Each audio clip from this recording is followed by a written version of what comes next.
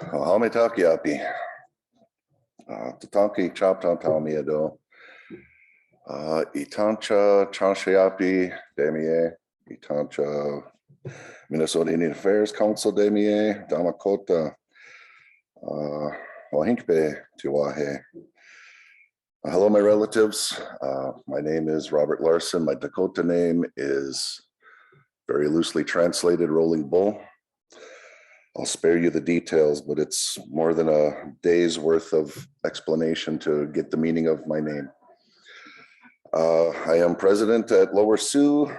Chanshayapi is what we call that area where they make the trees red.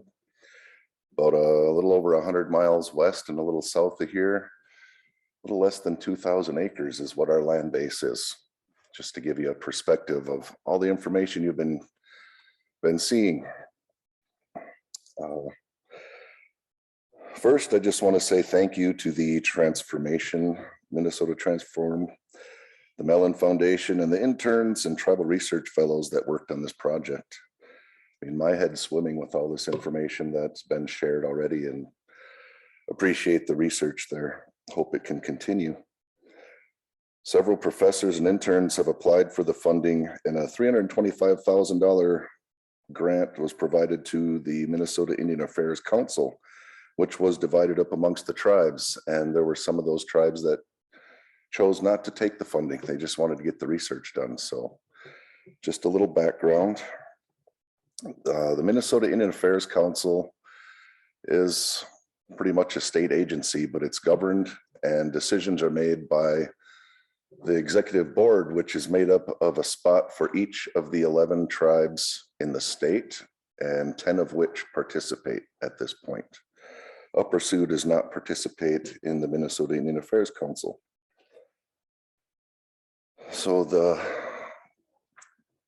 reason it went through the Minnesota Indian Affairs Council, I think, is just because of the ability to touch each of the tribes, to share, to say one spot, you know, where we can go and get the information. Sorry. In the summer of 2020, MIAC passed a series of resolutions, one of which dealt with the failure of the university to repatriate 186 bodies and the funerary objects that have been buried with them. Like Tad shared earlier, these objects were worth anywhere between $150 and $200 million in the underground economy, and they cannot be sold because they're stolen items. The U of M had been in violation of federal law for over 30 years and faced with withholding of federal funds and other federal penalties. The Wiseman Museum displayed these items in the 1990s in violation of federal law as well. A long resolution on creating a better partnership between the tribes and the U requested a number of steps for the university to take. A study of the great Minnesota land grab, where not just the U of M got its land grant endowment, but so did 34 other universities, including MIT and Cornell, which was shared earlier. The partnership resolution included some tribe-specific matters. The Forestry Center, the U operated on lands within the Fond du Lac Reservation, medical matters at Red Lake, and the patenting of wild rice DNA from the Ojibwe tribes and selling this sacred grain. Also in the partnership resolution was the fact that there is no Indian law program at the law school, no PhD program in the American Indian Studies, and no undergraduate degree in Dakota language. This list is not complete of all that was in the partnership, but most important, we wanted professors trained in federal, tribal, and university relations. The state of Minnesota requires state employees to take this training, and MIAC, along with UMD and MnDOT, has trained well over 4,400 state employees at this point. We'd love to train the U of M faculty and staff. The last resolution dealt with naming the American Indian Learning Resource Center after a Native American who recruited and retained students for over 35 years. But this was disallowed because this requires a generous donation from someone. When the U of M attorneys discovered that after 30 years they were out of compliance with federal law, they decided to repatriate the bodies and the funerary objects. This is in process, and it is a good step forward.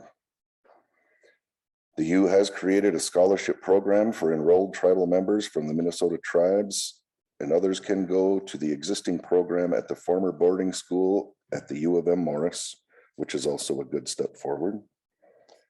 These resolutions are drafted up to move the relationship between the 11 Indian tribes of Minnesota forward. It bugs me that along with the law school, the business school, and the Humphrey School don't have permanent Native American professors on courses. The university seems afraid to talk about the achievement gap facing Native American families, and they should be trying to train teachers who know American and Minnesota history through the lens of Native Americans. There should be stronger recruitment of Native American students, faculty, and staff. The U has participated in erasure of our lifeways and extraction from our communities to our detriment. For many of those tasked with gathering this information, learning and knowing the history has been infuriating, saddening, and our team of Native scholars have experienced much grief. There needs to be real action on a system-wide level, not just words on performance. Since President Gable came in, for the first time, Minnesota tribes have had regular meetings with the president of the University of Minnesota. And for the first time, a tribal member is an advisor to the president on Indian affairs. For the first time, we're seeing the university look at itself and think about their land grant, about the resources they extracted, the lawyers and business people and women they trained to exploit Native American people. For the first time, the university is looking at the original sins of Minnesota. They hanged innocent people. They drove innocent people out of the state. They exploited and stole land inside the Ojibwe reservations so they could harvest ancient strands of timber. They discriminated at all levels of government, and they made the Native Americans something less than a second-class citizen. For the first time, the University of Minnesota is discovering how they benefited at each point in the state's history by the exploitation of its Native American citizens.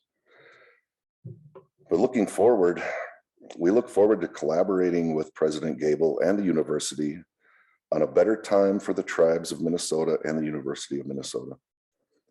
We thank President Gable for seeing us because we've been invisible for far too long. We look forward to a better day. The University of Minnesota can improve our people and our homelands. And we hope that as President Gable, we might be able to teach the university some things about our views of life, learning, and constant optimism about better days ahead. So we just want to wish the university well in the days ahead and years ahead. We see a brighter and better future in this place. We thank you and look forward to being a respectful and honorable partner with the University of Minnesota. So thank you for the time, Piname Ado. And with the presentations coming up, we know it's going to be some very difficult information. So just think back to the folks that are sharing it, the folks that are collecting it, doing this work.